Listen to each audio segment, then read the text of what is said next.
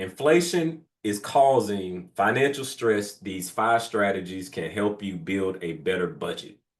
Mm. What are those? One, and this is a CNBC article that I found that I thought it would be worth talking about. So one, a spreadsheet or just a pen and a paper. Basically, it's just talking about just keeping it super basic, super simple, not getting fancy yet, and it's covering all the main bills. And what I've discovered is all you really have to do is go to your bank account and you can look and see what's been coming out of your bank account the last 2 to 3 months, and you can get a feel for what your spending habits are.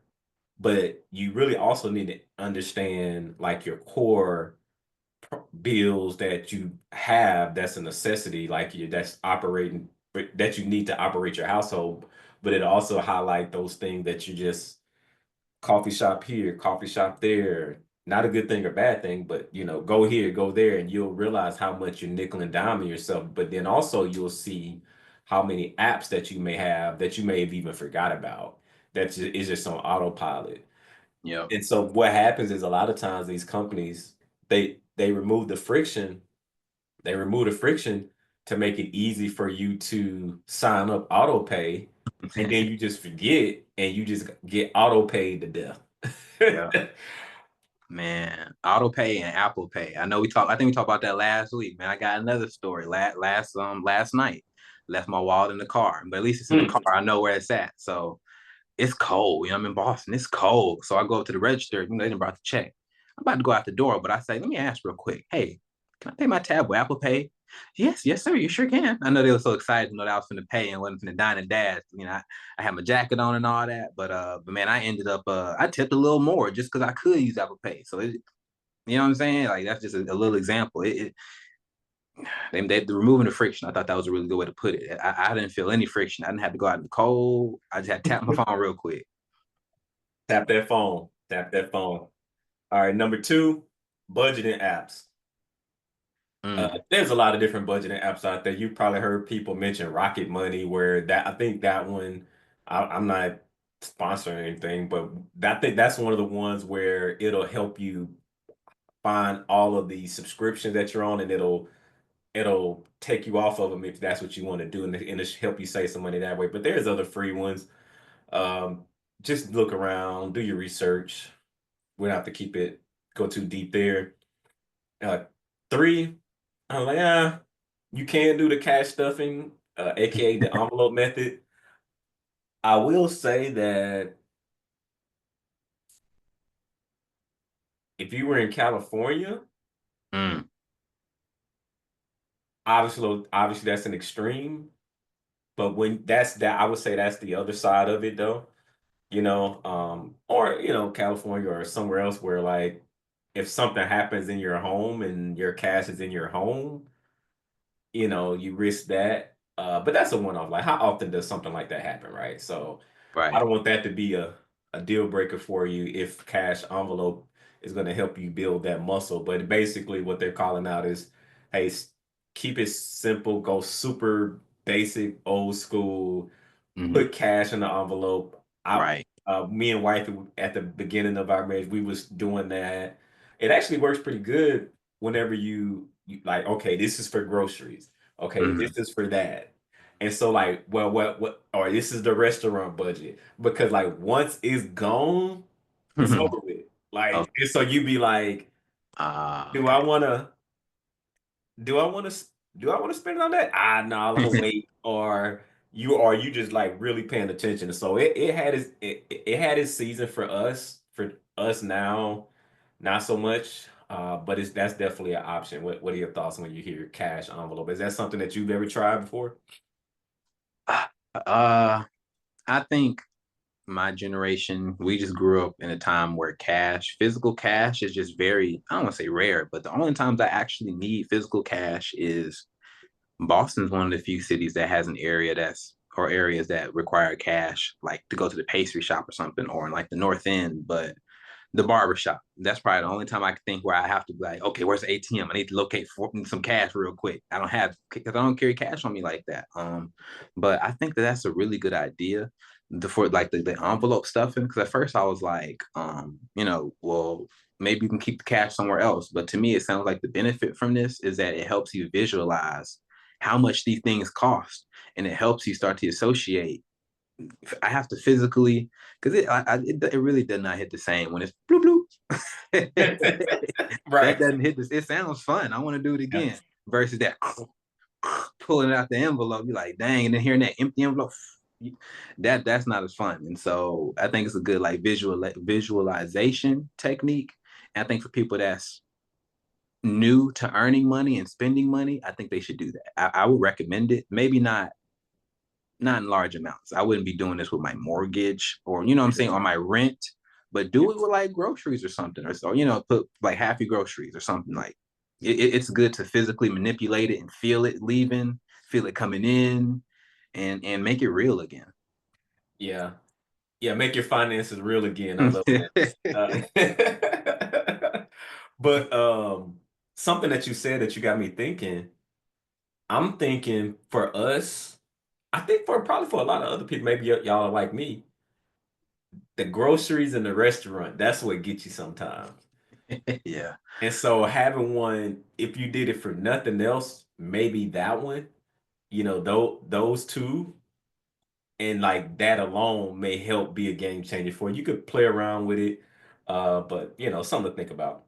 And I would say too, because groceries we don't get tripped up on, but for us it's definitely the restaurants, the because but I would say for people to walk around, I'd walk around the grocery store with a calculator. And I'm not being funny, but I like for us, let's just give a random number. Like we'll say we go to Costco now, so we don't shop as much as we used to. But back in Philly, we hit Aldi once a week, and so we'd say, okay, we want to spend $50 this week, $100 this week, and so I'm the type of person I pull out a calculator, but I didn't need to because she just grew up. It was like a game to her. Her and her mom would just calculate, try to see how much it was. And so by the time we get to the register, I know we budgeted 100. I'm like, I don't. We just throwing stuff in. I'm just throwing things in. Okay, put this in, put this in, put this in. We get to the register. I'm like, how did this come out to be $99.48? Because she did strategically to put something back or grab this. I'm like, she really just sat there and calculated all that. But for most of us, the rest of us normal people, probably shouldn't do that in your head. But pull out a calculator. Like, there's no shame in like for real. Like, be serious about your finances. Those little going over by 10, 20, $30, it catches up, especially if you do that weekly or however often you get groceries. Yeah. Number four, next up is the 50-30-20 rule. Have you ever heard that before? I've heard of like breakdowns like that. I don't know. I'm not sure if I know where what is the 50-30-20? How they breaking it? Okay, so 50% allocating your finances with 50% needs. And Okay. so, such as food, housing, transportation. Right. 30% your wants. That's Mm, just wants. 20% savings, your emergency fund, retirement savings, down payment on a home, debt repayments beyond the minimum. So that's mm, that's the breakdown in the 50-30-20 rule. Essentially trying to help people have some type of framework with their finances versus just freestyling mm. their finances. When you hear that, is that a realistic plan for you specifically? Like when you hear that, what is your reaction? I think that I can see how some people would be like, man, 50-30, I'm on the 85-15, or Yeah. I would just say not to get too caught up in the numerical divisions, but I do like the idea of looking at your income. Okay, let's throw a number out there. $5,000. Let's say you just earn $5,000 in a month. It's good to, I think it's a good practice to look and see, okay, of that 5,000, how much am I keeping? Am I keeping 20%? Did I save 2 grand? Or I'm not sure if I do, but you know what I'm saying? Like, or how much is going out towards rent and stuff like that? How much is going out towards needs? It's good to like break down and see. And like you said, pull out your statement and see how much is going towards wants. That's the one that you really got to calculate. And that's the one that will probably surprise most people. Like, oh, I didn't realize I hit Popeyes that many times because these apps are so good. I don't know if you, I think I was telling you about Kava. Again, we're not sponsored, but just I literally have the Kava app. And they're one of many restaurants that do reward points and all that. When they have it to where you'll walk by the restaurant, it'll pop up on your phone. Hey, we're here. Really? You buy Kava. You wanna For real? you can scan your rewards if you wanted to. And it's like, bro, I could have been not hungry at all. They know how to put something in front of your face. But yeah. Wow. I didn't know. We got the Kava app too. We got a whole bunch of points too. But I did not know that. Okay. I learned something new. Yeah, so that's the 50/30/20 is something to explore, at least to get you started thinking about your finances and breaking it up strategically. The last one is number 5. I didn't even know this was a thing, Mm, and I didn't even realize we were doing it. mm. Reverse budgeting. Oh, what's that?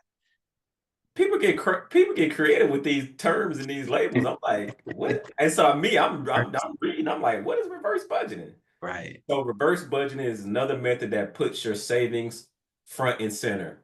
Mm, Basically, what you're doing is you're paying yourself first. okay. You paying yourself first, then with the rest of the money that's left over, that goes to the bills. Like goes to the bills and all the other things. So you always put yourself first. And I'm like, why wouldn't they just say pay yourself first? Uh, and Right. so I didn't think, and so for me, because we always like to make it real and just be open. For me, paying, I've always looked to, well, we since we've been married, we've gotten really serious about paying ourselves first. And what does that look like? Funding your 401k, automatically having that already coming out, but not just your 401k. Then putting money, then also maybe investing into your putting a certain amount going to your brokerage account Mm, every month, each check or however you want to do that. And then with everything else, like the bills take that. And so what ends up happening is, like for us, we always focused on, hey, let's live on one check and let's have one check. Like we not like living at the financial threshold, right? And so we were doing that already without mm. calling it reverse budgeting. Essentially, is paying yourself first. I think we got to rename it because I'm thinking. I'm just thinking of a conversation me and my then girlfriend slash fiance. It was like maybe a year or two ago, but I just remember I was like, "Yeah, babe, we got to pay ourselves first." And she looked at me like I was crazy because, Really? in the sense of like, because in her mind, and I can kind of understand the confusion. Because think about it, when you pay somebody, you don't know what they did with the money. In her mind, she's like, "Oh, so we just pay ourselves and go do whatever with the money." And in my mind, I was like, "Of course Mm. not." But now that I'm really reflecting on it, we shouldn't call it pay yourself first. Because think about it, when you get paid, the employer don't care what you do with the money. I think I want to start calling it invest in yourself first. Because it's not so much about like I feel like, and even me in the beginning, I would get caught up on like, oh, but you got to pay your bills. If I don't pay them first, I'm gonna get kicked out. But it's more of a mental flip than anything. It's about making sure that you don't come last in your own financial plan. You get what I'm saying? And Yeah. so, yes, make sure that you got to account for rent, you got to account for XYZ, all the the normal stuff. But make sure, to me, I think it's about making sure that you have whatever the amount you want to invest in yourself, whether that's investing into your emergency fund, investing into whatever you want to invest in. But and you can invest a little bit of that into your fund account too. Maybe that's investing. Make sure that you're enjoying the journey, but make sure you have that allocated mentally. And then as soon as you can, go put that money into that account before it gets eaten up by the random expenses that life just always throws at us. Mm. So learning opportunity for me. So it confuses people when you say pay yourself first. For me, I guess like pay yourself first. Like, okay, so it's for it's better received when a person says invest in yourself first. I think what we mean gets better reflected. Because I think it's easier if it's a better reflection of what we mean, what you mean for sure. Okay. We might flip it up. Okay. So invest in your future first. Yes, that lands. I like that. Okay. Okay. Okay. I'm gonna have to make a note of that. Okay. And bet because I remember I recorded a video of pay yourself first, and not many people watched it. So so maybe that might have some legs to what you're saying. So I'm like, in my head, I'm like, They're like, huh, nah, Ken, I gotta pay the hairstylist first. What you talking about? I can't do that. right, right. Okay. Just an epiphany moment for me. Okay, awesome. All right. Invest in your future first. Mm.